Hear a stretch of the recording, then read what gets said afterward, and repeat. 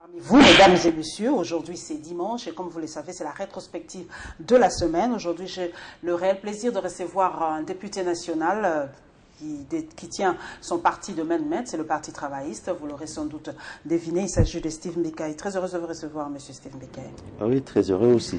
Voilà, vous êtes président de parti. La toute première question, où se classe le Parti travailliste? Opposition, mouvance? Mais ça, c'est pas une question parce que tout le monde sait que le Parti travailliste, c'est un parti de l'opposition, mais qui est dans un courant nationaliste. C'est vrai que cette notion nationaliste, Steve Mbekaï, est aujourd'hui un peu, vraiment, on l'enlève un peu de toute sa substance. Vous vous appelez nationaliste. Nationaliste par rapport à quoi? Vous êtes nationaliste par rapport plus que Lumumba, vous êtes nationaliste plus que le Lumumbiste. Expliquez-nous un peu cette notion de nationalisme que vous prenez tant. C'est-à-dire, nous venons donner corps à ce mot nationaliste, parce que parfois on le dit comme ça, sans connaître le contenu. Quand je vous dis que nous sommes du courant nationaliste à l'opposition, parce que nous pensons, nous, qu'il y a deux courants. Il y a un courant pragmatique, un courant réaliste, et un courant qu'on vient de lancer, nous, qu'on appelle la nouvelle classe politique et sociale, qui est un courant nationaliste qui lutte pour créer une espèce de fierté nationale, créer une espèce de libération mentale du Congolais et de l'Africain et la dépendance vis-à-vis de l'étranger. Donc nous luttons pour que dans ce pays, que notre histoire nous amène à être fiers de ce que nous sommes, c'est-à-dire l'histoire du Congo, depuis les Paul II jusqu'à ce jour, des événements heureux, malheureux, qui peuvent faire à ce que naisse en nous un sentiment patriotique qui va refuser toute ingérence étrangère, toute manipulation pratiquement, politique Steve Mbekaï, par en quoi le l'étranger. Congolais se sent moins fier aujourd'hui? Donnez un exemple pratique. Voilà, le Congolais est moins fier, d'abord parce qu'il n'y a pas de devoir de mémoire. Il oublie trop le passé, ce qui fait qu'il ne s'est pas bien préparé l'avenir. Quand je parle du passé, je remonte au temps anciens de Léopold II, vous savez. On oublie que dans ces pays, par exemple, Léopold II a eu organisé un génocide des Congolais. Il a eu à tuer 10 millions de Congolais à l'époque, alors qu'on n'était qu'à 17 millions de Congolais. On tuait les Congolais comme des gibiers avec les balles. Et on devait prouver qu'on a tué les gens en amenant une main droite. Si tu as perdu une balle, tu amènes une main droite qui prouve que tu as tué quelqu'un qui ne voulait pas aller travailler dans les champs de caoutchouc. C'est un génocide qu'on a oublié. On parle de juifs, Hitler et consorts, les Rwandais. Chez nous, on oublie. Nous avons l'histoire de la colonisation de notre pays. La mort de Kimbangu, c'est un contentieux pour nous, la politique sociale. La mort de Lumumba, il faut qu'un jour qu'il y ait un contentieux pour que la Belgique puisse réparer ça. On a eu des dictatures sanguinaires de Mobutu. Mobutu sera jugé quand il sera au pouvoir, à titre posthume. Qui peut me dire dans ce pays comment Mobutu est devenu chef de l'État?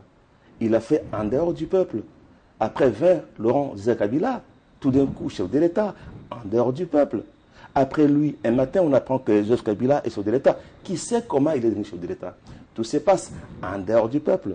Un peuple peut être fier de ça, parce que les gens sont placés au pouvoir par l'étranger pour servir l'étranger. On n'en est pas fiers et nous voulons nous créer maintenant cette fierté nationale, demander au peuple de se réveiller pour prendre en main sa souveraineté et commencer à donner le pouvoir qu'il veut. D'un côté, en Afrique, les régimes sont placés par l'Occident et de l'autre, nous avons des opposants qui eux aussi vont à l'Occident quémander le pouvoir. Nous en parlerons. Vous comprenez? Oui. Alors, on ne peut pas être fier. Nous mettrons l'accent sur ça. Avant d'entrer dans la rétrospective de la semaine, Steve Mbekaï, vous avez relevé un fait, vous avez dit que nous oublions trop facilement. Les Congolais oublient facilement le passé. Et Steve Mbekaï, qu'on le veuille ou non, votre nom est lié à l'affaire Sokopao. Quand j'ai écrit que je vous recevais sur le net, beaucoup ont demandé on en est où dans l'affaire Sokopao, parce que Steve Mbekaï était à l'époque à l'ONATRA, il a participé, entre guillemets, à donner des terrains aux gens. Alors on en est où avec cette affaire de Sokopao? Est-ce que le peuple a été indemnisé ou on en est où? Non, je suis très fier quand on passe Sokopao. Parce que Sokopao, qui a commencé avant, c'est quand j'étais encore délégué syndical à l'ONATRA. Il y avait les ministres, les généraux et consorts qui empiétaient les terrains de l'ONATRA. J'ai combattu ça à la CNS même, ça n'a pas tenu. Après, je me suis battu pour que les travailleurs aussi prennent ce terrain. au lieu qu'on laisse prendre par les autres. Vous n'avez pas vendu, vous avez cédé, vous n'avez pas vendu. C'est comme ça qu'on a donné entre première rue et 12e rue qu'on peut se lotir. À l'époque, c'était Mongolo Diaka, le gouverneur. Il a pris entre première rue et 7e rue pour tous les citoyens. Et entre 7e et 12e, c'était pour les travailleurs de l'ONATRA. J'ai dû donner à plusieurs travailleurs de terrain là-bas. J'ai créé le lotissement aussi à Lemba, à Tchangou et tout ça pour les travailleurs de l'ONATRA. J'en suis très fier. Sans contrepartie, c'est la question principale. Sans contrepartie. C'était des membres du syndicat. Ils n'avaient rien. C'était des ouvriers. Un ouvrier du chantier n'a pas l'argent. C'était ça. J'étais leader syndical à l'époque. Après, il y a eu débordement. Débordement anarchique. Des gens qui sont allés construire sur les rails. Et là-bas, on a démoli. Là, moi, je n'étais plus là. Je n'étais même plus à l'ONATRA à ce moment-là. J'étais déjà au Parlement de transition. Les gens confondent un peu. Ce qui s'est passé avec ce Copao 3 bis qui était anarchique avec ce que moi j'ai fait de façon tout à fait légale et autorisée par l'ONATRA. C'est ça. C'est ça. Est-ce que le peuple a été indemnisé ou c'est... Non, moi, ça ne me concerne pas. Le soir, là, on a démoli, ça ne me concerne pas. Ben, moi, je n'étais pas là. Personne n'est venu me voir parce que je n'étais plus là. Parce que vous n'étiez plus là. Voilà, nous entrons maintenant de plein pied dans la rétrospective de la semaine. Mesdames et messieurs, nous nous acheminons petit à petit vers les élections. Et c'est là, sous tous les échelons, par rapport à ces enjeux, l'envol, le parti cher à Deli Sesanga a organisé une conférence débat pour mieux expliciter cela. Et notre rédaction vous propose le dépôt de la requête contre la loi électorale. Suivons.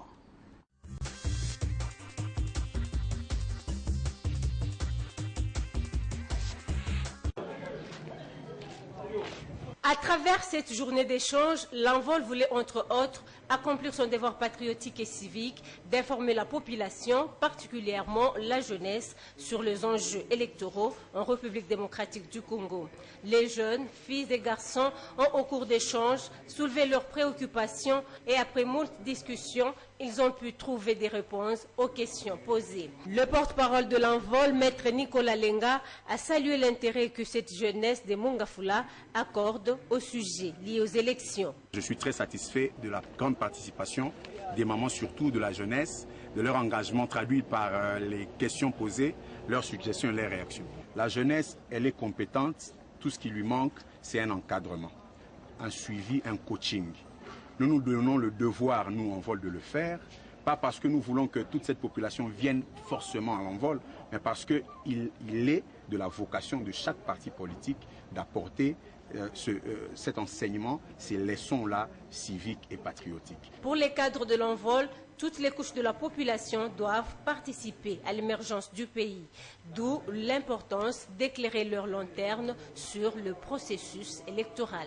Nous sommes venus faire un travail civique, qui est celui d'informer la population et de partager avec cette population-là. La population avait des préoccupations qu'elle a posées, auxquelles on a apporté des réponses, et c'est ça l'essentiel.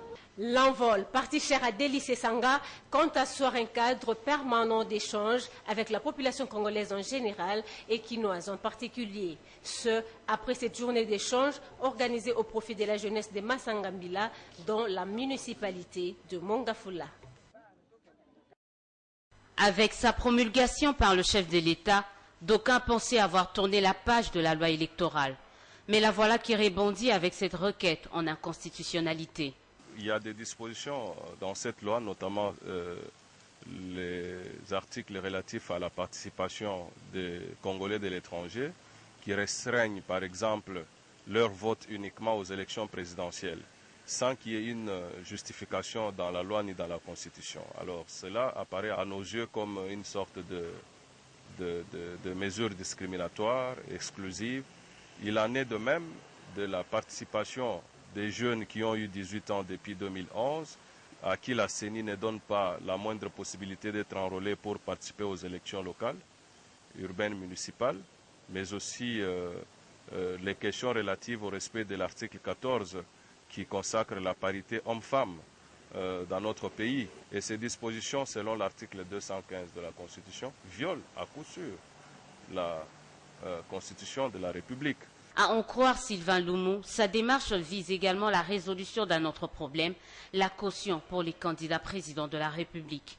nous avons tenu particulièrement à déposer cette requête pour aussi mettre à jour une question qui nous préoccupe tant, c'est le vote censitaire instauré par la loi telle qu'elle est modifiée. Vous vous rendez bien compte que pour être candidat président de la République, il faut par exemple déposer les frais de cautionnement. Ce n'est pas normal, ça ne peut pas être acceptable, pareille mesure. La requête déposée, cet avocat et acteur de la société civile se veut confiant et invite les juges de la Cour suprême faisant jusque-là office de la Cour constitutionnelle à être à la hauteur de cette confiance placée en eux.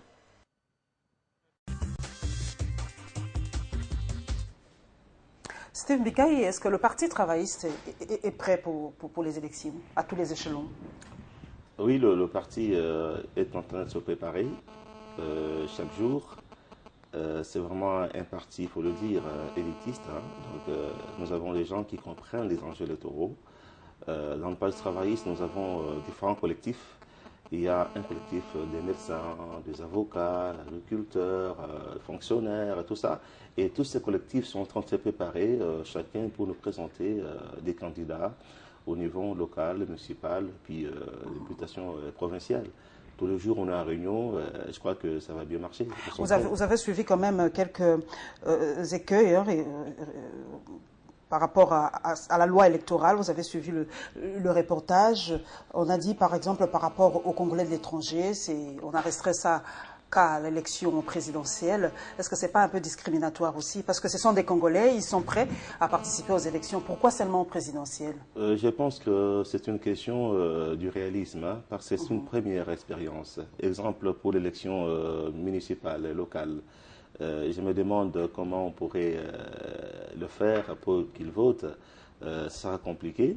L'élection peut-être député, ça viendra, mais comme c'est une première expérience, j'ose croire qu'on peut d'abord commencer par la présidentielle et que par la suite, on peut voir comment on peut aller jusqu'à d'autres échelons. Est-ce que vous êtes sûr, vous qui sillonnez le monde, vous êtes sûr que les Congolais de l'étranger peuvent voter en toute confiance?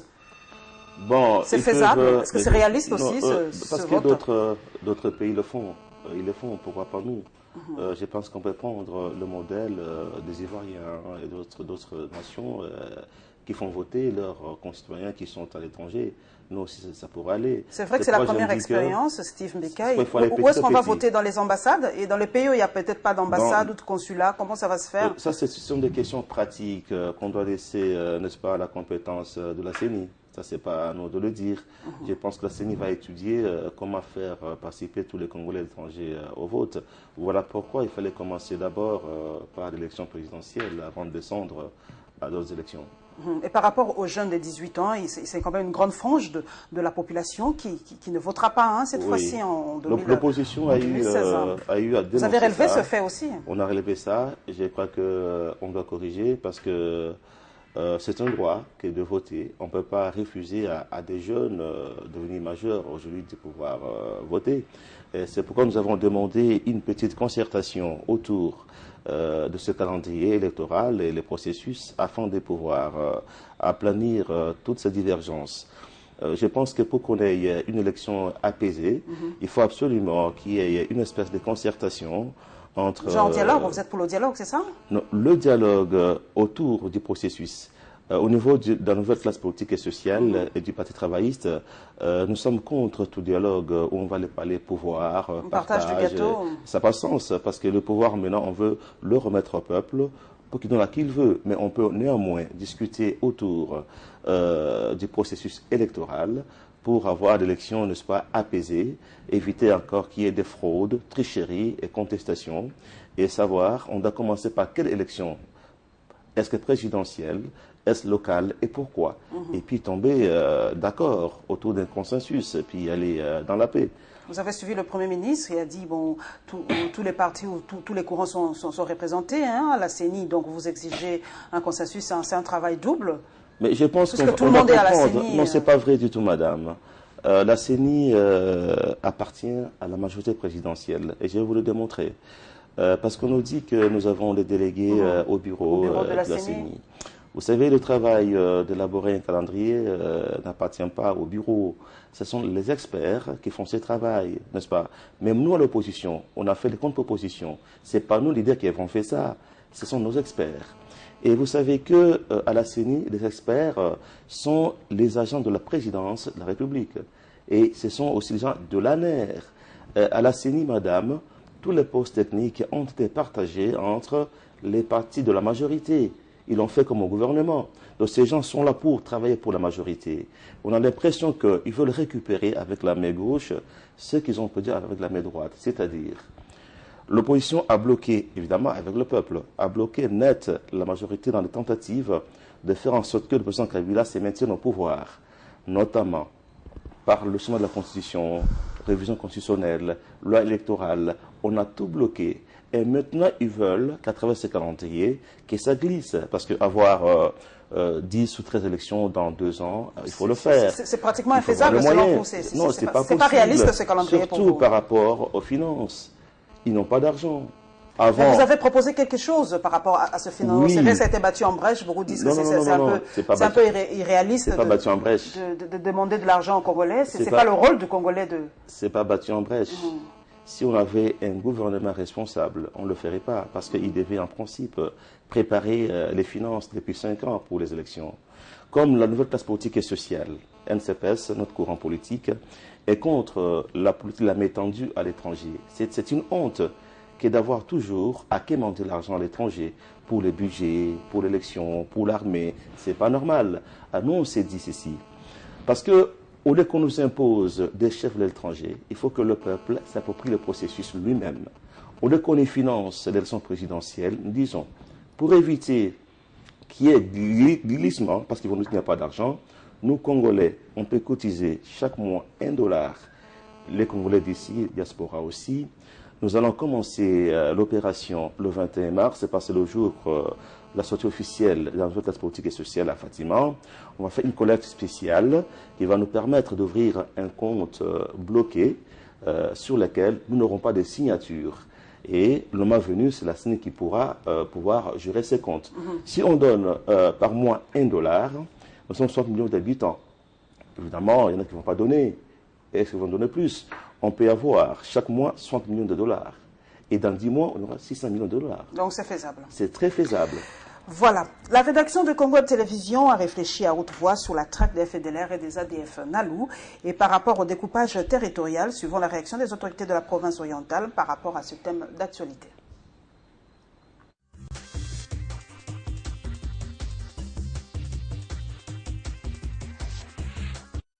L'armée congolaise attaque les rebelles rwandais des FDLR à Kamatembe en plein parc de Virunga, au nord Kivu, depuis ce lundi dans la matinée. Kamatembe, c'est au fait un important bastion des combattants FDLR depuis plusieurs années. Cette fois-ci, les FARDC ont décidé de neutraliser tous les groupes armés actifs dans l'est de la RDC. Dimanche dernier, le militaire congolais ont conquis un autre site occupé par les FDLR. Dans les territoires des Rutshuru, les FARDC continuent à consolider leur position reprise aux mains des FDLR. Selon des sources militaires, 3 FDLR et 4 Maïmaï munis de 6 armes ont été capturés vendredi dernier dans la région de Kibirizi et Nyamilima. Les forces armées de la RDC ont également lancé l'opération de traque des rebelles ougandais ADF dans plusieurs localités situées à cheval entre le Kivu et la province orientale. L'objectif poursuivi est d'obtenir la reddition de tous les rebelles ougandais encore réfractaires au processus de désarmement. Cette opération vise les localités à partir desquelles les ADF s'infiltrent dans les grandes agglomérations pour commettre des exactions contre les populations civiles. L'opération va donc se poursuivre jusqu'à la neutralisation définitive des rebelles ougandais ADF et ceux de FDLR actifs sur le sol congolais, particulièrement dans l'Est depuis plusieurs années.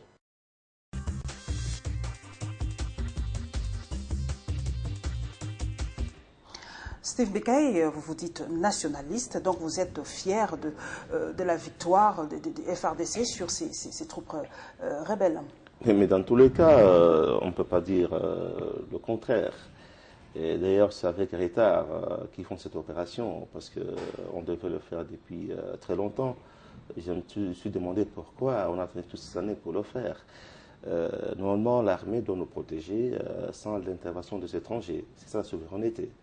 Vous savez, madame, quand l'armée rwandaise... Demander de l'aide, ce n'est pas signe de faiblesse, Steve Mbikaï. On peut demander de l'aide quand on sent que seul, on ne peut pas. Même les États-Unis demandent de l'aide à la France et à ses alliés pour combattre le djihad, par exemple. Seuls les États-Unis ne peuvent rien, Steve Mbikaï. D'accord. Ça, c'est une guerre... Ne soyons pas utopistes, quand même. C'est une guerre qui s'est faite en dehors des États-Unis, n'est-ce pas, ailleurs. Ce n'est pas dans leur pays. Quand dans un pays, vous recevez des militaires étrangers, cela viole votre souveraineté. Parce qu'on ne peut pas se dire souverain quand on n'est pas capable de protéger l'intégrité nationale, territoriale. Transposons.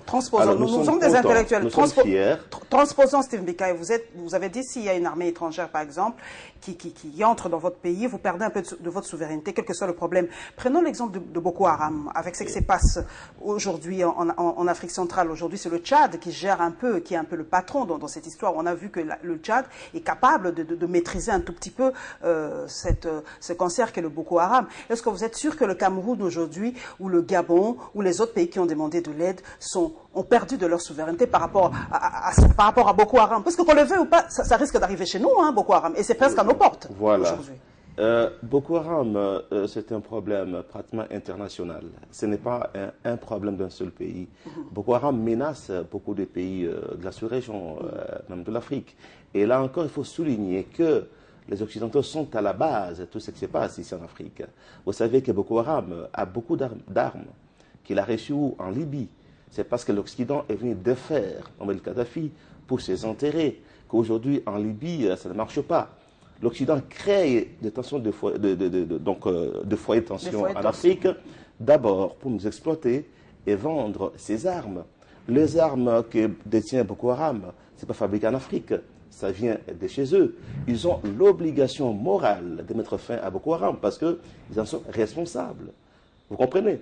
Ça, c'est une menace internationale. C'est normal qu'il y ait, n'est-ce pas, cette intervention donc, chez nous, comme ça se passe dans nos territoires, c'est notre armée qui doit se battre pour défaire les ADF. Mais absolument, absolument. Mais l'intervention, par exemple, de la MONUSCO, là, on ne peut pas dire qu'on a violé notre souveraineté nationale. J'ai parlé de l'entrée de l'armée rwandaise à l'époque. D'ailleurs, à l'époque, le PT, mon parti, avait fait une marche contre l'entrée des Rwandais chez nous. Parce que ce n'était pas normal. En 2008, c'est le seul parti qui a fait une marche contre l'entrée de militaires rwandais au Congo. Pour la MONUSCO, on les comprend parce que la MONUSCO vient dans le cadre de l'ONU. Et notre pays est membre de l'ONU.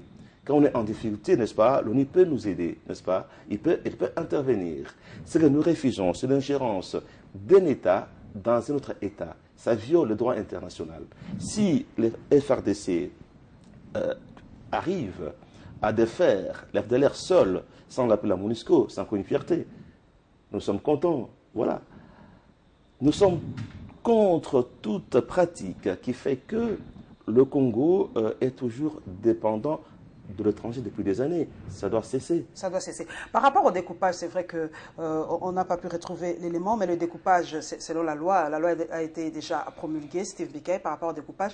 Vous êtes un intellectuel. Dites à cette population qui nous suit aujourd'hui, Steve Mbikaï, l'avantage pratique de ce découpage. Le Congo aura aujourd'hui 26 provinces. Quel est l'avantage pratique? Non, l'avantage est qu'il faut rapprocher le gouvernant de gouverner, parce que notre pays, c'est un sous-continent. On n'avait que 11 provinces. C'était des provinces très très grandes, parfois difficiles à gérer. Et c'est une bonne chose qu'on puisse avoir 26 provinces, parce que c'est peut-être même c'est pas 26 problèmes de trop, Steve Mbikaï, 26 J'arrive gouverneurs, d'abord sur le principe. Sur le principe. Le principe est bon. Maintenant, il faut voir la faisabilité. Pourquoi a-t-on attendu tout ce temps pour le faire? On vient le faire aujourd'hui, alors que nous sommes à l'approche des élections. Ça va encore compliquer les choses. Le principe en soi n'est pas mauvais, mais le temps, le moment et le temps pour le faire, c'est ce qui pose problème. Parce qu'il faut les infrastructures, il faut de nouveaux opérateurs politiques à payer au niveau de territoire, au niveau des quartiers, au niveau des nouvelles provinces. Ça en peut trop. Et moi, je crois qu'il fallait y aller progressivement, comme avec l'époque. À l'époque, on a fait avec le Kivu. C'est ça. Est-ce qu'aujourd'hui, c'est vrai que le partage du Kivu, le Kivu, c'était la province pilote pour le partage. Qu'est-ce que le Kivu a bénéficié pratiquement? Quelques années après, qu'est-ce qu'on peut dire? Je peux les trois dire, provinces. Oui. Qu'est-ce qu'ils ont reçu pratiquement de ce découpage? À l'époque où c'était encore les Kivu, ben, moi j'ai étudié à Kindu, j'étais à Kindu. Aujourd'hui, si on compare Kindu, dans le temps, c'est différent. Parce que quand c'est devenu chef-lieu, il y a eu, n'est-ce pas, beaucoup de constructions, universités, tout ce que vous voulez. Ça permet à ce qu'il y ait aussi beaucoup de villes. C'est pas mauvais. C'est une bonne chose parce que nous avons au Sud Kivu, Nord Kivu et Maniema. L'expérience a été bonne. C'est parce qu'on est allé progressivement. On pouvait aussi aller progressivement par rapport au découpage actuel. Question des budgets, question d'organisation administrative, d'infrastructures et tout ça. Mais sinon, le principe en soi est bon. Mais dans tous les cas, avec le temps des élections, ça pourra créer un peu de problèmes. Par rapport à la rétrocession de 40%, c'est déjà avec 11 provinces, ça pose problème. Par rapport à la caisse des péréquations, est-ce que les solutions ont déjà été trouvées par rapport à ces questions? Non, c'est une question de volonté. C'est pas pour rien que nous sommes l'opposition, parce que nous pensons que le pouvoir en place gère mal, dans le sens où il viole tous les jours la Constitution. Quand quelque chose est dans la Constitution, ben, c'est obligatoire et il faut le faire, en principe. Je ne vois pas pourquoi ils retiennent les 40% à Kinshasa. À mon avis, c'est une obligation de rétrocéder pour permettre aux provinces de se développer. Nous passons aux réactions, mesdames et messieurs. La rédaction de Congo Télévision vous propose celle de Jolino Makelele par rapport au voyage de Vital Kamerhe et du MLC qui réagit par rapport au verdict de Jean-Pierre Bemba.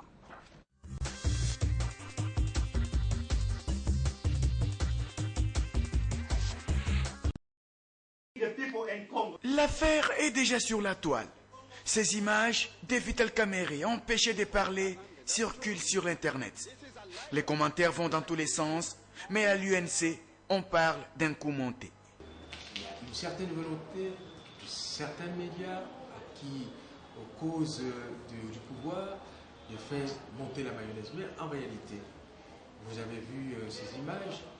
La conférence de presse de Vital Kamerhe s'est tenue, c'est bel et bien tenu.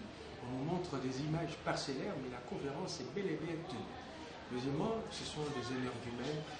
Nous sommes attristés par ces comportements, mais nous sommes heureux de voir que la majorité des combattants commencent maintenant à épouser le point de vue de Vital Kamerhe. Les propos de ces Congolais de la diaspora frisaient la xénophobie contre Vital Kamerhe, ce qui étonne l'UNC. Quand Vital Kamerhe fait sa caravane de la paix dans l'Est là, quand vous voyez cette ceinture qui va de la province orientale jusqu'à la province du Sud Kivu, vous voyez je dis bien des centaines de milliers de Congolais. Des images, vous les avez vues avec moi. Des centaines de milliers. Ces gens-là connaissent Vital mieux que nous tous ici. Mieux que nos frères qui sont aux États-Unis. Ils le connaissent, Vital, sa famille, ses parents, ses oncles, ses cousins, ses grands-pères, pères et ses arrières. Ils le connaissent mieux que nous. L'anti-rwandisme, excusez-moi l'expression, qui habite tous ces gens qui sont au niveau de la frontière, est à ce point exacerbé que si Vital avait eu quelque origine douteuse, il n'aurait jamais été accueilli en triomphateur. L'Union pour la nation congolaise croit à la victoire de son président. Commence maintenant à décrédibiliser, à chercher à décrédibiliser Vital Kamerhe. Mais comme dit l'adage, mentez, mentez. Il en reste toujours, mais un jour, la vérité, c'est Dieu seul qui la détient et qui la fera découvrir à l'ensemble des Congolais, comme moi je le sais déjà. Jolino Makelele invite cependant les Congolais de la diaspora de s'aligner derrière les combats de Vital Kamerhe, qui, selon lui, veut une alternance au pouvoir. Valentin Guérengo ne jure que par l'acquittement de Jean-Pierre Bemba. L'assistant parlementaire du Charman motive son optimisme par le bruit qui court actuellement dans le couloir de la CPI. Personnellement, j'étais à La Haye en octobre et en novembre 2014. J'y étais encore en janvier en 2015. Au moment où nous parlons, Maman F. Bazaïba est là-bas. Toutes les informations à la possession du parti font état d'une libération définitive. Nous sommes même encouragés par les bruits qui circulent déjà en notre faveur. À l'instar de Mathieu Goudjolo qui a été acquitté par la Cour, Valentin Guérengo anticipe le verdict de la CPI. Pour lui, Jean-Pierre Bemba va quitter la prison le 16 mars prochain. Mathieu Goudjolo a été accusé pour crime de guerre, crime contre l'humanité. Et vous savez que Mathieu Goudjolo vient d'être acquitté. Alors quand nous chutons sur le cas de Jean-Pierre Bemba, qui n'a pas été sur le terrain des opérations, qui a été à 2000 km de là où s'est déroulé les opérations, nous voyons mal comment on peut le condamner pour un jour de prison. Nous ne pensons pas. Nous sommes certains que Jean-Pierre Bemba sera libéré et il va franchir les portes de la Haye dès le 16 mars de cette année. Une libération qui, selon l'interfédéral du MLC, va bouleverser la vie politique nationale. Il invite les Congolais à rester en alerte. Nous disons à tout le monde que nous puissions rester tous sereins pour attendre la sortie de Bemba, parce qu'il m'a dit pour la dernière fois que tout le temps qu'il a passé à la Haye, finalement il se rend compte qu'il n'est plus que pour les Congolais. À sa sortie, il va travailler avec tout le monde. C'est ce qu'il m'a affirmé. Il me dit, ça aura été un bouleversement non seulement pour les partis, mais pour l'État congolais. Quitte ou double pour Jean-Pierre Bemba à la CPI, la sentence prévue pour ce 15 mars pourrait intervenir avant comme après cette date qui tombe un dimanche, jour non ouvrable.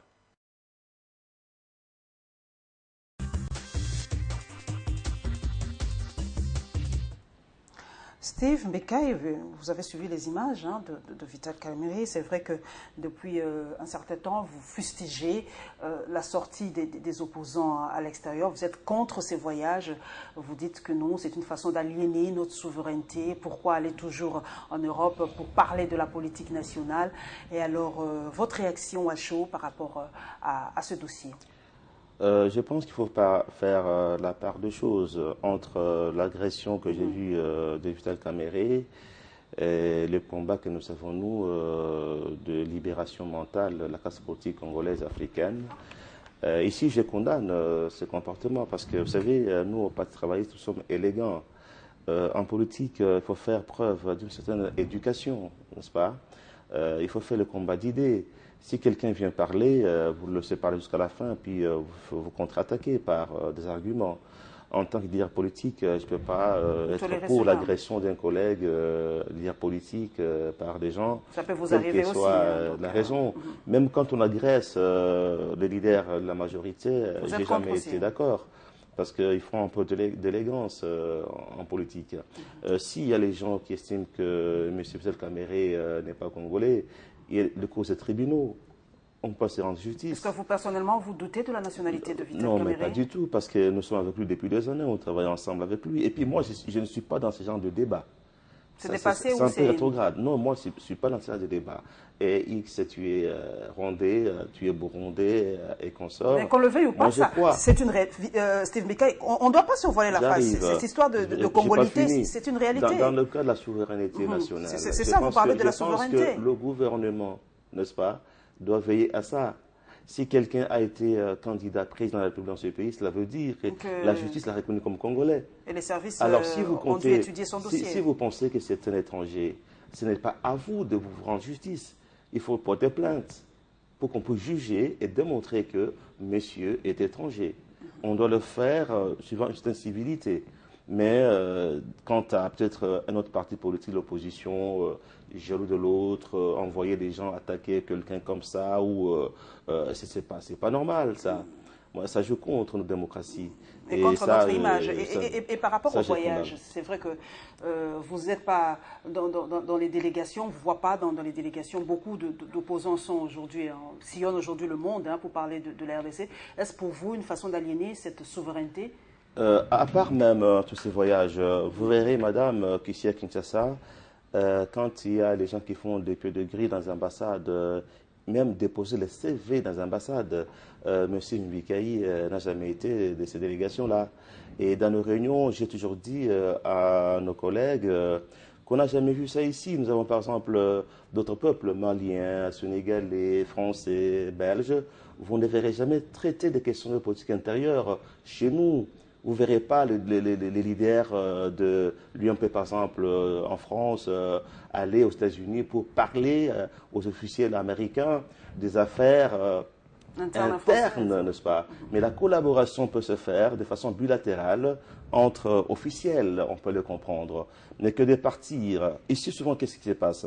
Au lieu qu'il y ait dialogue franc entre majorité et opposition, vous verrez le président Kabila ou la majorité prend langue avec les ambassadeurs.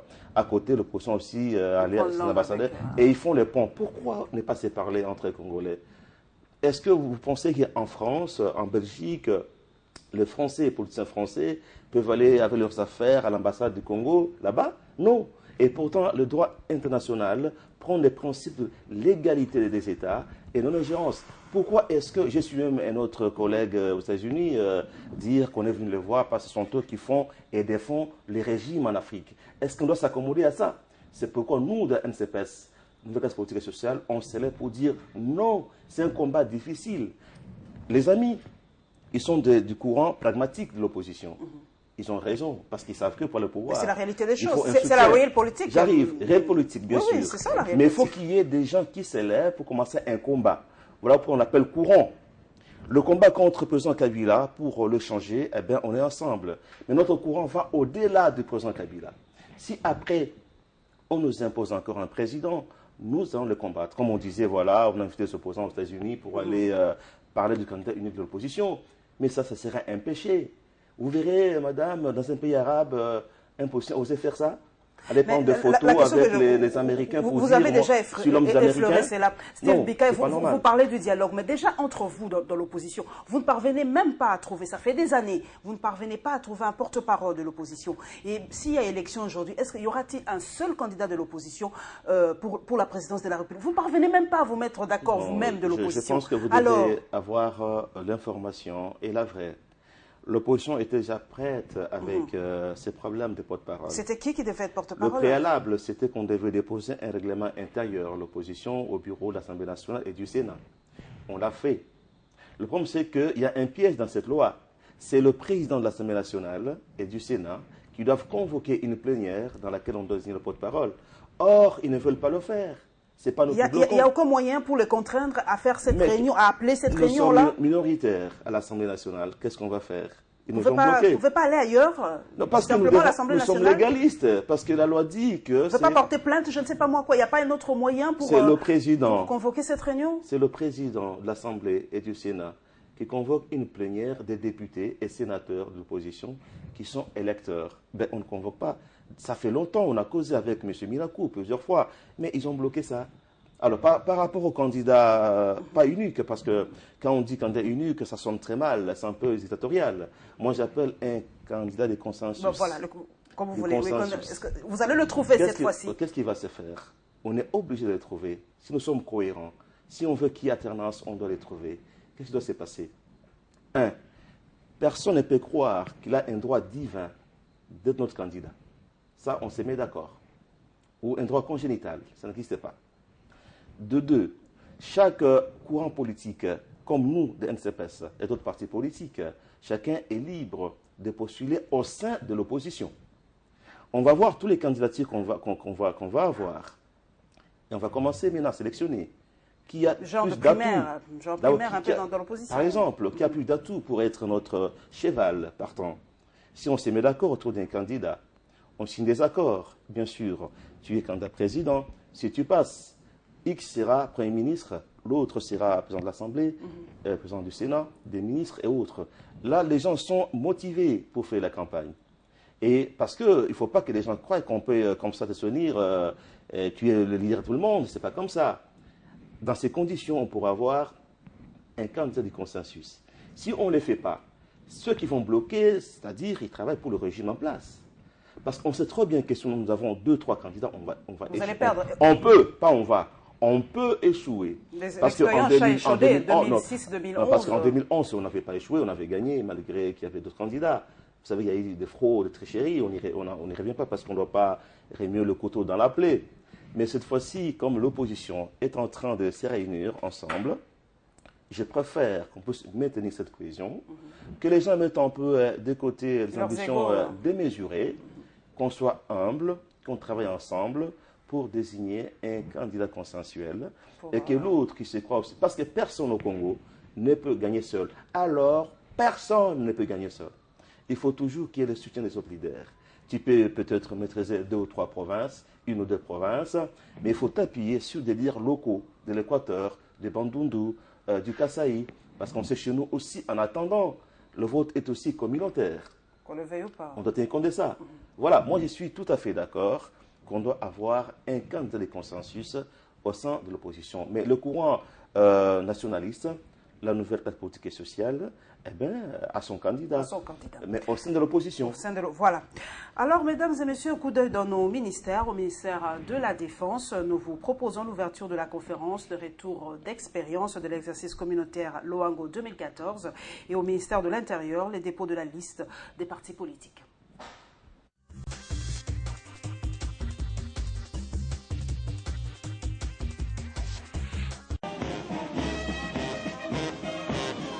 Ces assises sur le retour de l'exercice communautaire Loango 2014 visent à encourager vivement les experts militaires de différentes forces armées africaines réunis à cette conférence à pousser plus loin la critique de l'exercice précédent afin de cerner les points forts et faibles, a voulu rassurer les ministres de la Défense. Cette initiative, combien louable à bien des égards, illustre particulièrement la volonté de chefs d'État de notre sous-région qui tiennent à promouvoir la paix, la sécurité et la stabilité comme gage du développement durable et du progrès économique et social de nos populations.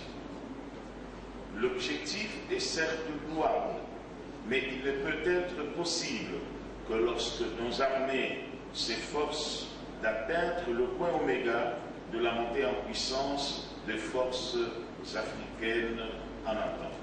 Le représentant du secrétaire général de la Communauté économique des États de l'Afrique centrale parle du pourquoi de cette conférence.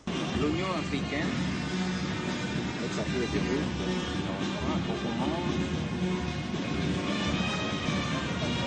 les régions à mettre en place une pratique des exercices militaires pour entraîner leurs forces, de façon à faire partie de différentes missions de maintien et de soutien à la paix, soit dans le continent, soit ailleurs. C'est pour cette raison que nous, au COC, nous avons réalisé déjà plusieurs exercices. En dehors de Kwanza et de Luango, nous avons encore eu l'exercice Marais Galère le 17e en 2016. Tous ces cycles fait partie de l'entraînement des forces de façon à ce que cette force, la force multinationale d'Afrique centrale, ait la capacité d'intervenir sur les différents terrains, sur les différentes circonstances. Cette initiative, a souligné le ministre de la Défense, constitue un de nombreux jalons posés par la force multinationale d'Afrique centrale pour le maintien de la paix en Afrique. 477, c'est le nombre de partis politiques régulièrement inscrits et autorisés à œuvrer en RDC. À ces nombres, il faut ajouter 35 regroupements politiques agréés. Le vice-premier ministre, ministre de l'Intérieur et Sécurité, Évariste Bochab, a remis la liste de ces partis et regroupements politiques à la centrale électorale.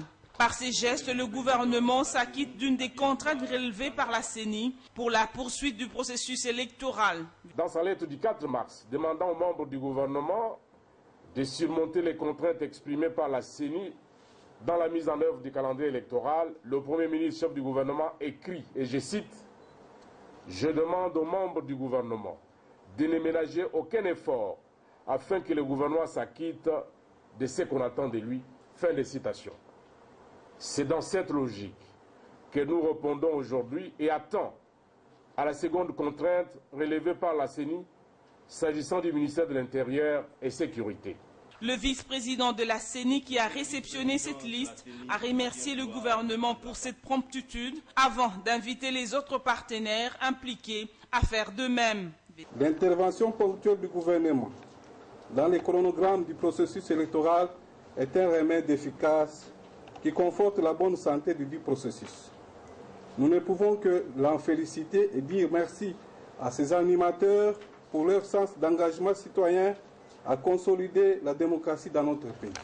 À noter que la liste de ces partis politiques remis ce jour était la seconde contrainte relevée par la centrale électorale pour l'organisation des élections crédibles et dans les délais.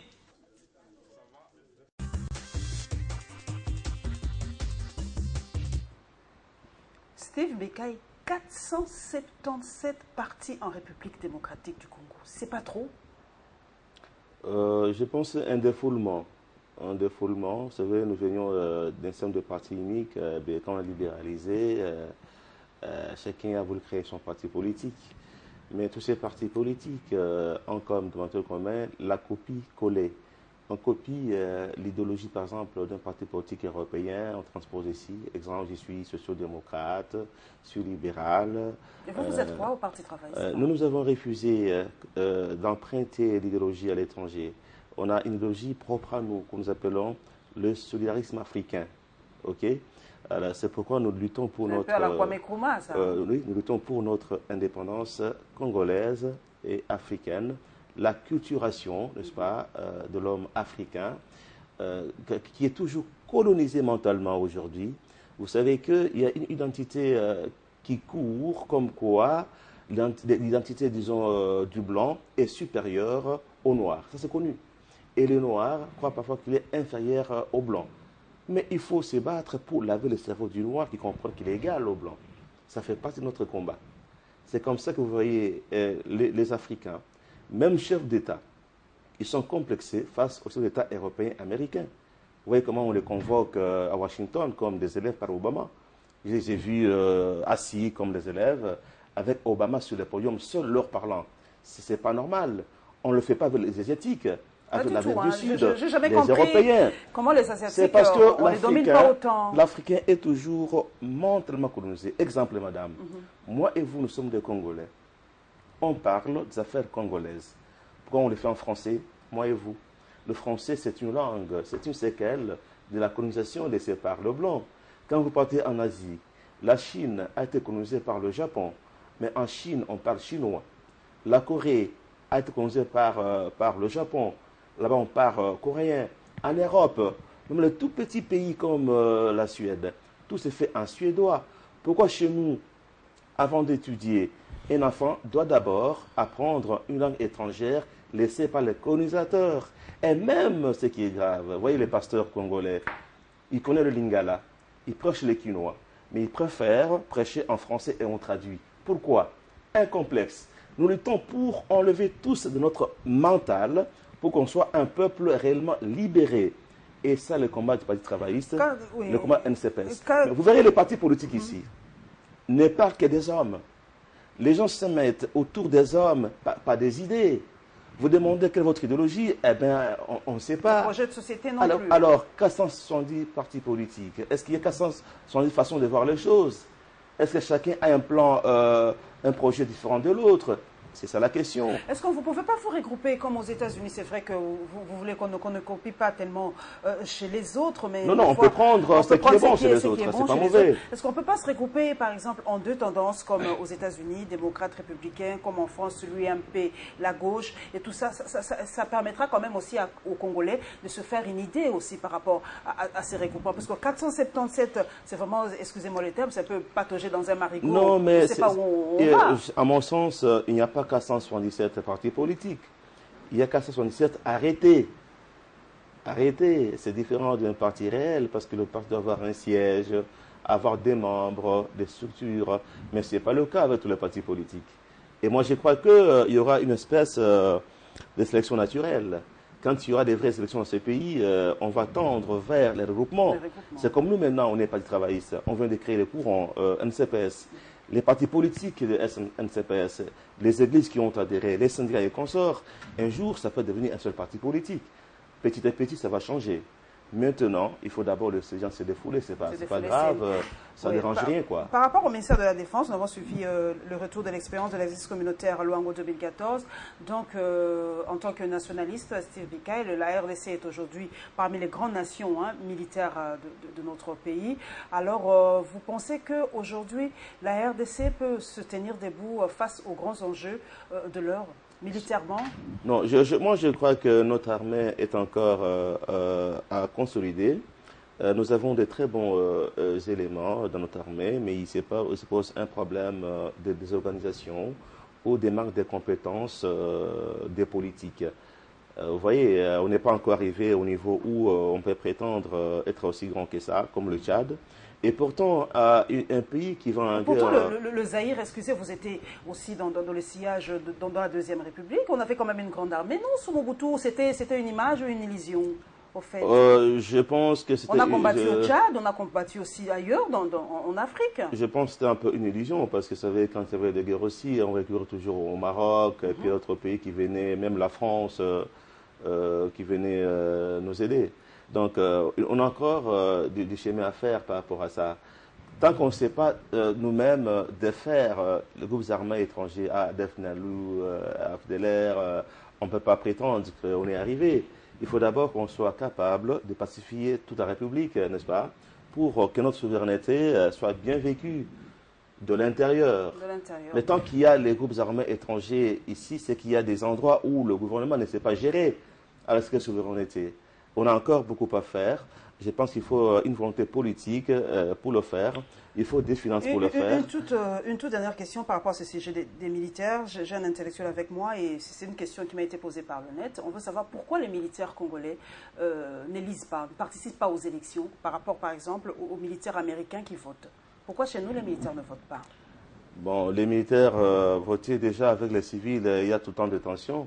Mais quand vous demandez au militaire de voter, eh ben, il va vouloir son candidat parce qu'il lui a voté. Si le peuple va dans la rue quand il n'est pas content, eh ben, le militaire, s'il a voté, s'il est mécontent, lui, il va aller où? Il va prendre les armes. Moi, je pense que c'est pour le moment, on ne peut pas, chez nous, autoriser aux militaires de voter. Hein. Pas du tout, même pas être candidat ou quoi? Non, ben, ils ont le droit, comme tout citoyen, d'être candidat.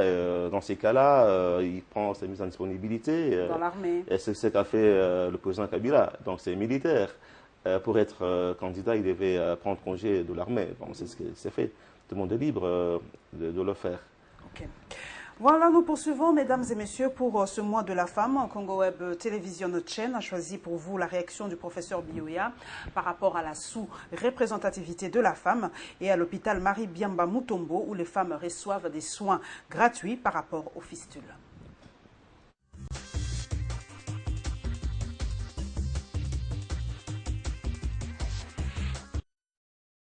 À la question de savoir si oui ou non la femme congolaise est sous-représentée au sein des institutions du pays, comme les soutiennent certains, le professeur Philippe Biyoya répond. On se souviendra que Mosé Laurent Désiré Kabila avait en fait nommé des femmes comme vice-gouverneurs dans presque toute la province. Et c'est l'histoire récente. Et dans les gouvernements d'aujourd'hui, je crois qu'il ne manque pas de femmes. L'on va pousser loin sa réflexion. Les professeurs posent la question de savoir ce que fait la femme congolaise pour être plus présente dans les institutions du pays.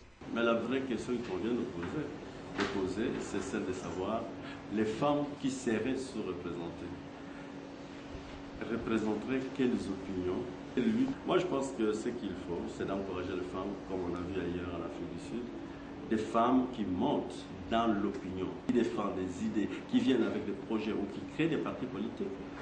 On ne peut pas voir toutes les femmes, de toutes les partis, de toutes les tendances, se confondre pour demander que les femmes soient représentées. Parce qu'il se pose encore un problème. Faut-il des femmes de PPRD? Faut-il des femmes de l'IDPS? Faut-il des femmes des partis participants? Donc on n'aura pas à résoudre ce problème-là si on y va avec les gens. Cette analyse de Philippe Biyoya, professeur en sciences politiques, est assortie d'une observation. Nous connaissons les débats. Il y a des grands débats. Mais on n'entend pas la voix des femmes. Si l'on veut mettre une femme à tel endroit, les gens ne vont pas seulement savoir est-ce qu'elle porte le pagne ou elle porte le pantalon. On veut savoir quel combat elle a mené.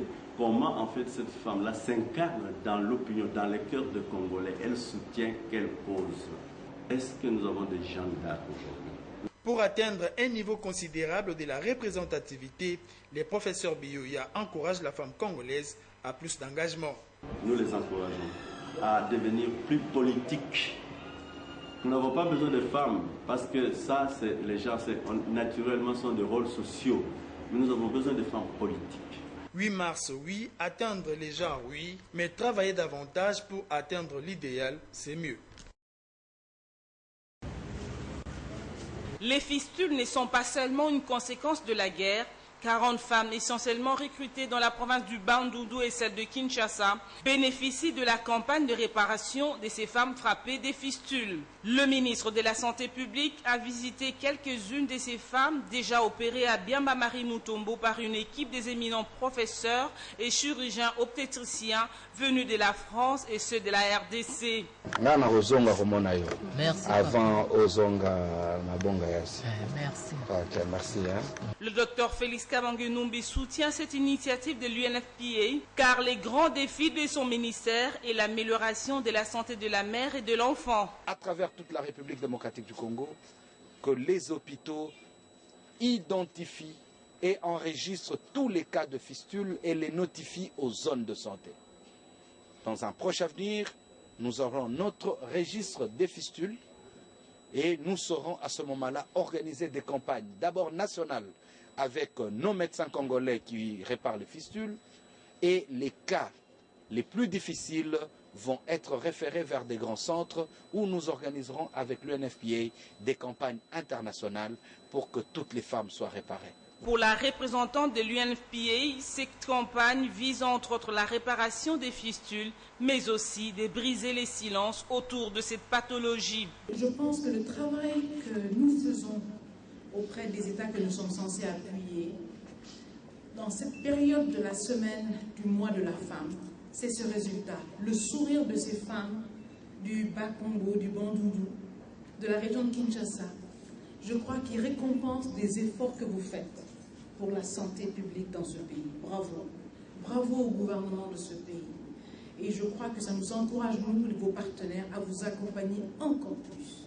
Ces opérations chirurgicales pour soigner les fistules sont faites gratuitement. Au cours de cette campagne qui prendra fin le 17 mars prochain, les autres chirurgiens obstétriciens bénéficieront d'une formation appropriée pour la réparation des fistules.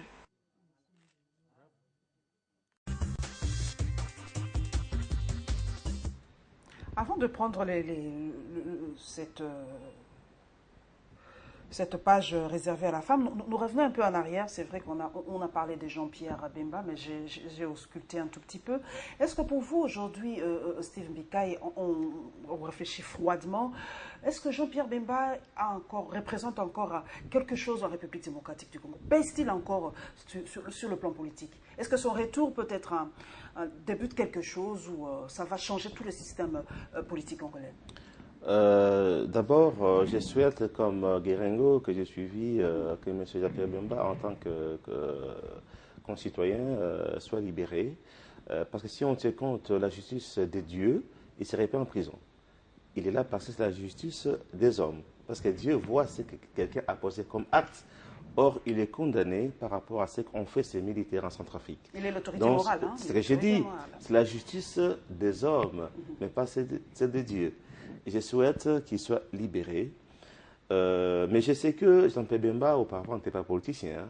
Donc, c'était un homme d'affaires avant de partir en exil et puis revenir avec des armes. On l'a vu occuper des fonctions de vice-président de la République grâce aux armes, parce qu'ils avaient contrôlé une portion de la République. On n'a pas encore vu faire ses preuves comme leader politique. Hein.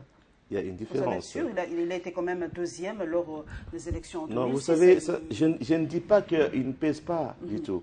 J'ai dit qu'il faut maintenant qu'il fasse preuve en tant que leader politique, sans milice, sans armée, il a démontré qui quand mobilise. Il était J'arrive. 1+4. Hein. Non, 1+4. Ils sont arrivés avec Roubera aussi, était là. Est-ce que Roubera aujourd'hui, vous me direz qu'il a la capacité politique voulue? Je ne pense pas. Il peut toujours se refaire la santé. J'ai dit qu'il y a quand même un bénéfice de doute pour Bemba. Il faut le voir maintenant sans milice, sans militaire, sans pouvoir, pour voir comment il peut organiser les choses. Donc, je ne veux pas dire que sa sortie va influencer, la marche de mais c'est quand même un événement. C'est un événement parce que c'est une personne qui était vice-président de la République, qui a un parti politique implanté dans la République et tout ça. Il reste maintenant à le voir à l'œuvre comme leader politique qui peut faire 5 ans sans pouvoir.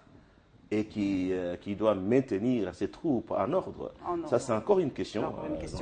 Par rapport au mois de la mars, on a suivi le professeur Bioya. Pour vous, Steve Mbika, est-ce que la femme est-elle absente dans le combat politique en République démocratique du Congo? Elle ne se fait pas entendre. D'abord, aujourd'hui, oui, on parle beaucoup de parité. Et c'est encore là une façon de faire des copier-coller. Parce qu'on parle de parité ailleurs, nous aussi mettons parité chez nous. On n'est pas encore là. Pourquoi? Parce que les femmes, je commence par l'école, il y a beaucoup de filles à l'école. Vous savez que moi je suis promoteur des écoles. Il y a par exemple un concours de dictée qu'on fait dans les écoles de Kinshasa. Mais au Cartésien, il n'y a que les filles qui ont été sélectionnées. Donc elles sont très valables. Pas parce qu'elles sont filles, mais parce qu'elles sont intelligentes. Mais qu'est-ce qui fait que dans la vie active, tout d'un coup, la femme n'a pas d'initiative? Les pesanteurs de la société, peut-être? Les traditions, les quelles traditions? Nous sommes ici. Madame, tu as été à l'université, tu as fait le droit, tu as fait l'économie, tu es aussi égal à l'homme sur le plan intellectuel. Je donne pour exemple, dans le mariage, la femme est sous l'ordre de l'homme. Ça fait 2 semaines, 3 même, que j'ai lancé l'idée dans la nouvelle classe politique et sociale. Je donne souvent le numéro, d'ailleurs je le donne encore maintenant, de 085 083 66 62. 085 083 66 62. Je lance un appel aux élites pour venir ensemble construire la NCPS, notre nationalisme. Mais il n'y a aucune femme. Mais tous les jours, je reçois des médecins, avocats, juristes, économistes. Mais comment vous expliquez, mais comment vous expliquez cette absence de la femme? Ce n'est pas vous les hommes qui nous mettez aussi les bâtons dans le roue. Parce que quand une femme se marie, par exemple, Steve Mbika, il faut être pratique. Quand une femme se marie, il y a beaucoup d'hommes qui disent non, plus question d'être journaliste parce que tu passes à la télévision, pas question d'être avocate, on va trop te regarder, pas question de faire ceci, tu es trop belle, je ne veux pas, tu es pour moi, pas question, pas question. C'est pas vous aussi les hommes qui nous mettez trop de pesanteurs? Ça sont des excuses. Pourquoi? Parce que j'ai aussi reçu, parce qu'aujourd'hui nous avons les comités du PT et puis des NCPS dans toutes les universités de Kinshasa. J'en suis très fier. Ils viennent seuls adhérer. Mais je n'ai pas vu des étudiantes. Je vois que des étudiants.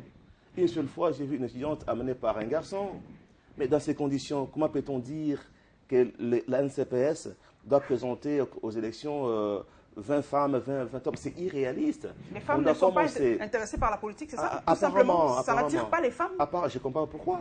Alors qu'elles ont des capacités pour le faire. C'est peut-être un monde dur, un monde mais alors, âme, si vous voulez avoir des avantages, des postes, allez-y quand c'est dur aussi. Pourquoi on préfère, quand on se bat, elles ne sont pas là? Quand on veut partager les pouvoirs, on dit parité.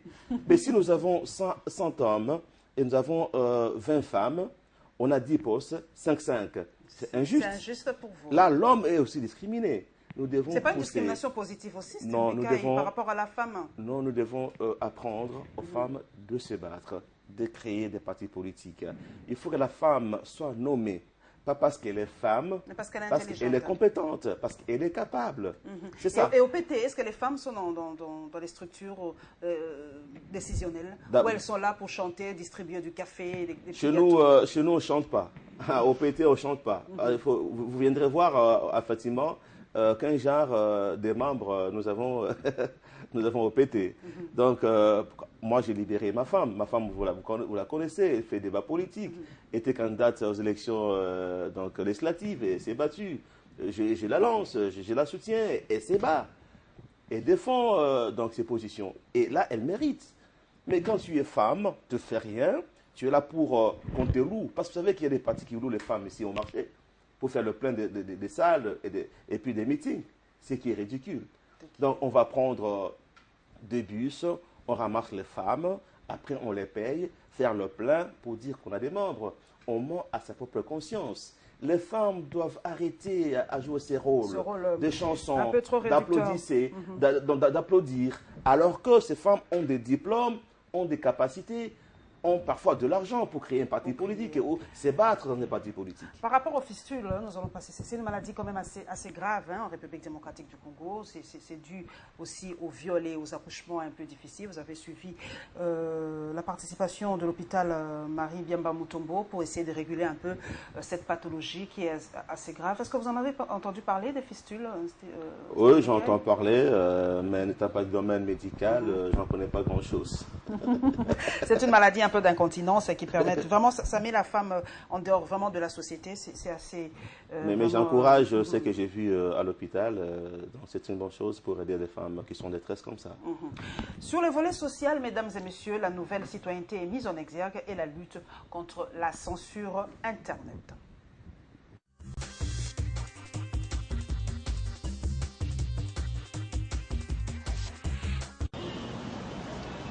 En RDC, tous crient à la dégradation et la détérioration de la société. En témoigne cette observation du ministre en charge de l'initiation à la nouvelle citoyenneté. Beaucoup d'entre nous se sont retrouvés à plusieurs reprises bloqués dans des embouteillages parce que juste devant, il y avait quelqu'un qui avait dit Tchamoutubakata. En disant Tchamoutubakata, il voulait avancer et puis voilà qu'il crée un embouteillage. Et c'est tout le monde qui est embêté. Voilà tout le sens de cet atelier, lequel poursuit des objectifs bien précis sur fond de la vision du chef de l'État. Cette innovation possède donc sa volonté de créer un nouveau type de citoyen patriote et responsable pétri d'une mentalité nouvelle, de l'éthique des responsabilités, d'une nouvelle conception de la nation, de l'intérêt général et de la chose publique pour un Congo émergent. Au regard de ces objectifs et du caractère transversal de la matière, Maké Amouangou va revenir sur la méthodologie de travail pendant ces 2 jours d'atelier. Il sera question d'examiner et d'analyser les différents compartiments de la note conceptuelle en vue d'améliorer la qualité, d'enrichir les articulations séquentielles et stratégiques et de s'accorder surtout sous la feuille de route pour l'accompagnement politique et technique de la mise en œuvre de ces processus ainsi que de ces actions prioritaires. Hormis le respect de certains droits, la première étape d'une telle initiative doit prendre en compte d'autres aspects de la vie nationale, insiste le ministre. Une pleine citoyenneté ne peut être considérée sans référence aux problèmes de pauvreté, aux problèmes de chômage, aux problèmes d'exclusion. Les inégalités économiques et sociales sont une dimension extrêmement importante de la problématique de la citoyenneté, car elles menacent la cohésion sociale. Une citoyenneté pour un nouveau type de citoyen, voilà de quoi réjouir le vice-premier ministre et ministre de l'Emploi, Willy Makiachi, qui a ouvert les travaux, salue d'ores et déjà la consécration de l'éducation civique et morale, symbole d'une ouverture du combat contre les dérives comportementales de la société congolaise. Instituée depuis 2008, la journée mondiale contre la censure de l'Internet vise à dénoncer la cybercensure et la fermeture de l'Internet. Les étudiants font partie des premiers bénéficiaires de l'Internet dans leurs recherches scientifiques. Ici à l'IFASIC, les futurs journalistes s'opposent à toute forme de cybercensure. L'Internet aujourd'hui est un atout favorable pour le développement. Dans tous les domaines, nous parlons de NTIC, nouvelles technologies de l'information et de la communication. Donc c'est l'Internet qui est à la base de tout développement dans le monde actuellement. Le gouvernement n'a qu'à faire de son mieux pour que même les derniers des citoyens puissent avoir accès à l'Internet. Cela favorisera le développement de notre pays. Je suis étudiant, il y a d'autres recherches que nous, étudiants, nous pouvons faire. Ça ne demande que l'Internet. D'autres, par contre, soulignent la nécessité de la régulation et de réglementation de toute publication sur la toile, ce qui éviterait au pays de tomber dans la cybercriminalité et le terrorisme. La problématique qui se pose, c'est par rapport à la régulation de l'Internet et à sa réglementation. C'est là où se pose le problème, parce que par rapport à sa force aujourd'hui, pas mal de pays, surtout le pays très avancé, sont victimes des attaques. Vous vous rappelez, les États-Unis récemment ont été attaqués par les pirates. Vous vous rappelez combien de terroristes sont recrutés par Internet. À ce sens-là, il faudrait que chaque pays prenne la mesure de mettre en place quelques lois qui peuvent savoir qui a publié quoi, dans quel espace et à quel moment, avec quel objectif. Depuis les événements de janvier dernier, un débat a été soulevé au sein de l'opinion quant à la censure ou non sur Internet. Jusque-là, rien ne semble avoir été fait concrètement, si ce n'est quelques restrictions dans les réseaux sociaux. Les internautes pourraient peut-être s'auto-censurer eux-mêmes pour empêcher l'État à verser dans ce qui pourrait être considéré comme une atteinte à la liberté d'expression.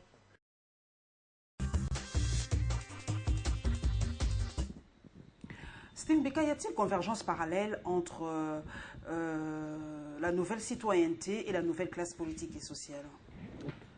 Je pense qu'il n'y a pas similitude, mais sur le plan théorique, hein, je crois que on peut converger, mais la conception des choses en pratique, c'est pas la même chose, parce que la nouvelle citoyenneté qu'on prêche, on devait prêcher par les actes, par la nouvelle façon de gérer la chose publique, gérer le pays, respecter les droits de l'homme, ne pas arrêter les opposants politiques pour rien, comme aujourd'hui, ils sont pleins dans des prisons. Ça, ce n'est pas une vraie citoyenneté. Et c'est ce qui prête le flanc aux puissances étrangères pour s'ingérer dans nos affaires avec raison, pour raison humanitaire. Si vous voulez être souverain, indépendant, un bon citoyen, il faut respecter les lois de la République et pour empêcher les ingérences. Nouvelle citoyenneté. On voit la chaîne nationale à longueur de journée insulter les gens. C'est quelle éducation? J'ai vu l'agression de Vital Kamere instrumentalisée sur la chaîne publique. C'est pas normal. On ne peut pas y faire l'apologie de la violence. Mais quand on attaque les leaders de la majorité, ça ne passe pas sur ces chaînes. La chaîne est confisquée. La nouvelle citoyenneté, on doit libérer les médias publics pour tous les citoyens. Ce que nous disons, nous, c'est autre chose. Nous voulons la vraie souveraineté de notre peuple, le respect des droits de l'homme, de la Constitution, la non-dépendance de l'étranger. Ici, leur citoyenneté, ils vont quémander l'argent pour les budgets ailleurs. Dans un quartier, madame, si votre famille demande du sel le matin à gauche, l'huile à droite, la farine de l'autre côté, dans le quartier, vous ne serez pas respecté, vrai ou faux? Parce que les voisins auront le droit de s'ingérer dans vos affaires. Mais c'est ce qu'ils font ici.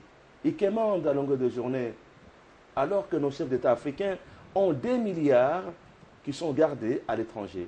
Mais ici, pour une route, on fait référence à l'Union européenne et consorts. Nous voulons la vraie souveraineté.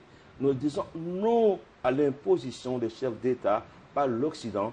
On va se battre pour remettre le pouvoir au peuple. Tout à l'heure, si je parlais de citoyenneté, madame, on doit nous rappeler les hauts faits qui créent notre fierté, comme je disais. Les gens comme, disons, les 13 parlementaires, les gens qui ont défié Mobutu dans ces pays quand tout le monde avait peur, ils ont joué un grand rôle dans notre démocratie. Mais est-ce qu'on en parle encore? Les Liaou, Kibassa et consorts. Tu sais qui dit, et là, je vois souvent on insulte sur la chaîne nationale et tout comme ça. C'est ça la citoyenneté? Non. Nous pensons que autour de nos valeurs, les Kimbangu de Lumumba, on doit une fierté nationale pour se battre, dire non à la dépendance, dire non à la colonisation mentale de notre peuple. Et c'est ça, à mon avis, la nouvelle citoyenneté. Voilà. Par rapport aux censures de l'Internet, vous avez suivi les Quinois qui ont réagi. Vous êtes député national. Est-ce qu'il y a déjà des lois par rapport à l'Internet? Parce qu'on le veut ou pas aujourd'hui, vraiment, on vit avec. Mais quand il y a par exemple des problèmes, quand il y a tension, l'autorité trouve comme mesure vraiment extrême, c'est couper carrément le net. Alors pour vous, quelles sont les lois qui doivent être mises en pratique pour essayer de sanctionner par rapport au net? Parce que la coupure, je ne crois pas que ça sera une solution. À chaque fois qu'il y aura tension, ce n'est pas à chaque fois qu'on va couper. Non, mais ça, c'est au même violer les droits des citoyens à communiquer. Ça, c'est les mettre franchement en prison. Aujourd'hui, personne ne peut vivre sans Internet, sans des réseaux sociaux. C'est pas bon. Mais je crois quelque part, il faut que l'État ait un œil. Parce qu'on peut aussi faire l'apologie de terrorisme, par exemple, la pornographie par rapport à nos enfants, la pédophilie, l'homosexualité. D'ailleurs, j'ouvre la parenthèse. Vous savez que j'ai initié une proposition de loi contre l'homosexualité et une autre encore contre le tribalisme. Parce que on va vers les élections locales. Il y aura trop de tensions tribales à la base. Il faut que cette loi passe avant ces élections, notamment celle de l'homosexualité, parce que nous devons défendre nos valeurs. Mais pratiquement par rapport aux lois, est-ce que vous avez déjà réfléchi à l'Assemblée nationale pour trouver des... Il faut des lois hein, par rapport à ça. Oui, il faut des lois. Vous savez, c'est pas sanctionner quelqu'un comme ça. C'est un boom hein, à l'Internet aujourd'hui. Je crois que c'est parti plus vite que notre législation. Je pense qu'il faut y penser. Il faut y penser. Et moi, avant d'en parler, souvent, je donne le sujet à mon cabinet qui traite, avant d'aller en détail. Hein. Mais sur le principe, je suis d'accord qu'il faut réglementer par une loi. Pratiquement, est-ce que le Parti travailliste a une page net, a une page Facebook? Est-ce que vous êtes actif sur le net? Parce qu'on dit souvent que les autorités congolaises ne tweetent pas. Est-ce que Steve Mbikai a un compte Twitter? Est-ce qu'il a une page Facebook? Est-ce que vous causez avec les Congolais à travers le net? Oui, nous avions, n'est-ce pas, un site internet du parti qu'on vient un peu débloquer. Nous avons effectivement une page Parti travailliste, ça existe, et puis il y a une page Steve Mbikai qui existe. Et je suis tous les jours sur les réseaux sociaux, je communique avec les compatriotes d'ailleurs. Ce matin, beaucoup ont appelé parce qu'ils ont suivi l'idée de NCPS, notre politique et sociale, l'idée de $1 par Congolais, ils appuient ça totalement. C'est grâce au net qu'on les a atteints. Aujourd'hui, on ne peut pas vivre sans Internet, mais il faut réglementer. Voilà, nous allons terminer, mesdames et messieurs, cette rétrospective par le financement de la construction de la direction de l'INPP à Kisangani et le point de presse de Florent Ibenge.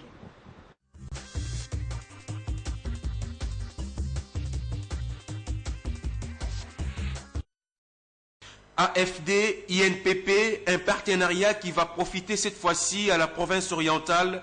L'agence française a disponibilisé 5 millions d'euros pour la modernisation de la direction provinciale de l'UNPP, Kisangani. La nouvelle a été au cœur de cette visite du gouverneur de la province orientale ici à l'UNPP. Maurice Chikouya a expliqué à Jean Bamanissa le projet retenu par l'AFD pour une formation adaptée aux besoins économiques réels de sa province, axée essentiellement sur les domaines techniques, dont l'électricité, l'électronique, la mécanique et la construction.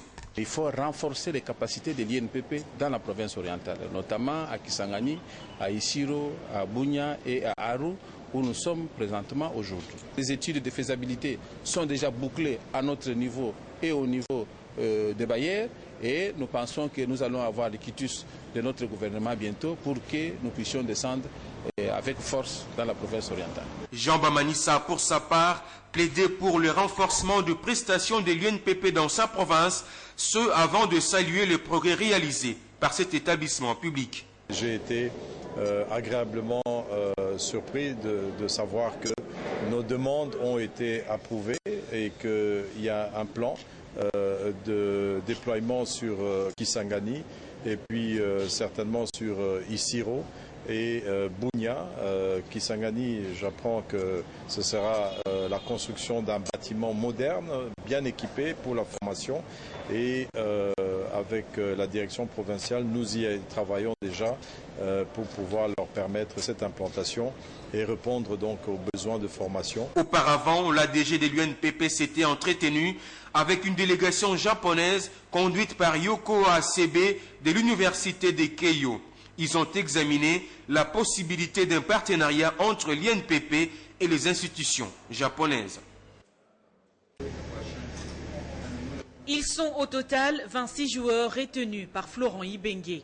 La quasi-totalité des joueurs convoqués évolue en Europe.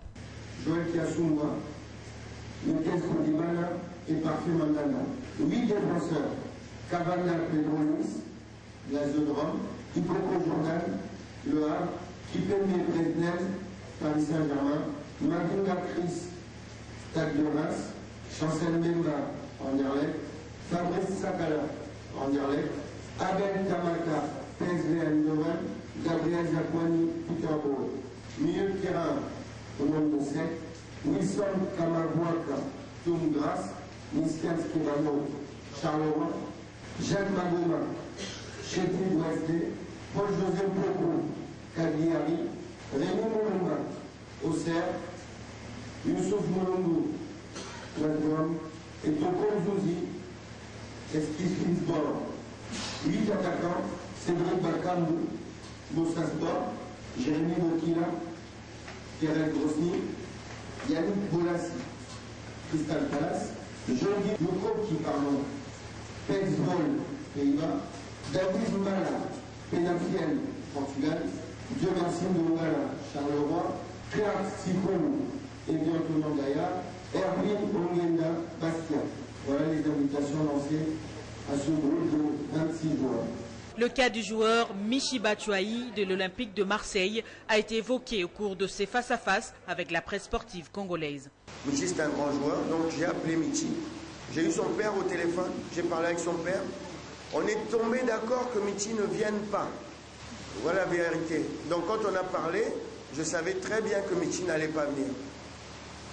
Je savais très bien qu'il n'allait pas venir, donc je lui ai souhaité bonne chance et on n'a pas fermé la porte pour autant. L'objectif principal de cette préparation s'inscrit dans les cadres des éliminatoires de la Coupe d'Afrique des Nations et la Coupe du Monde Russie 2018.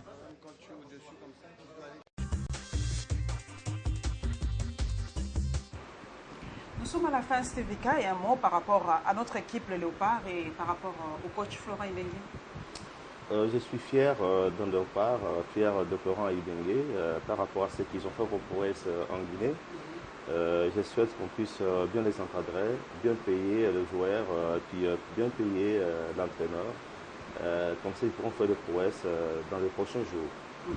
Votre mot de la fin, parce que là, vraiment, je crois que les minutes imparties sont terminées. Oui, le mot de la fin, je m'adresse à tous les Congolais, toutes les Congolaises et tous les Congolais qui veulent bien faire partie de notre combat. Le combat de la souveraineté, libération mentale des Congolais et des Africains, combat contre la manipulation de la race politique africaine et congolaise par l'Occident. On doit arrêter d'aller déposer les CV dans les ambassades. Le pouvoir, c'est donné par le peuple. On doit arrêter d'aller commander le pouvoir à Paris, Bruxelles et Washington pour le demander au peuple. Et ceux qui veulent aller avec nous, les plateformes, partis politiques, syndicats, associations et puis étudiants, créez des structures dans vos quartiers, universités et appelez-nous pour qu'on vienne échanger au numéro 085 083 66 62. Donc 085 083 66 62, vous serez les bienvenus. Voilà, mesdames et messieurs, ce sont les derniers mots de Steve Bikai, qui est député national. Merci à vous pour votre fidélité à cette émission Info 7, qui est la rétrospective de la semaine. Vraiment, nous avons discuté des temps forts de cette semaine. Merci à tous mes followers. Donc, l'émission continue sur ma page Facebook Info 7. Nous allons donc poursuivre la discussion sur cette émission et sur les thèmes débattus. Merci encore une fois à l'équipe technique et nous nous retrouvons avec le même plaisir, sinon pas plus, le dimanche prochain, Inch'Allah.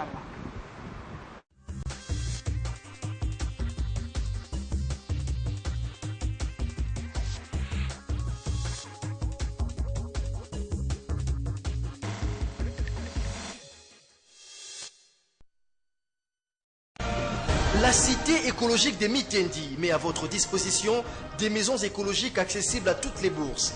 Tenez, achetez à crédit à travers vos banques un appartement type 1, 65 mètres carrés avec salle de séjour, espace à manger plus balcon, cuisine, terrasse service et WC visiteur, 2 chambres à coucher plus salle d'eau à seulement 32 500 000 francs congolais. Appartement type 2, 100 mètres carrés, salle de séjour, espace à manger, balcon, cuisine, terrasse service plus WC visiteur, 3 chambres à coucher plus 2 salles d'eau à seulement 55 millions de francs congolais. Ce n'est pas tout. Logement type 1, 132 mètres carrés, au rez-de-chaussée avec salle de séjour, espace à manger, terrasse jour, cuisine plus terrasse service plus WC visiteur. À l'étage, 3 chambres à coucher, 2 salles d'eau plus terrasse à seulement 75 millions de francs congolais. Logement type 2, au rez-de-chaussée, salle de séjour, espace à manger plus terrasse jour, cuisine, réserve plus terrasse service, chambre plus WC visiteur. À l'étage, 3 chambres à coucher, 3 salles d'eau, bureau plus terrasse balcon à 85 millions de francs congolais. Contactez-nous au numéro plus 243 82 74 27 346. Happy Congo, une maison pour chaque famille pour un monde meilleur. En partenariat avec l'ONG APSOC.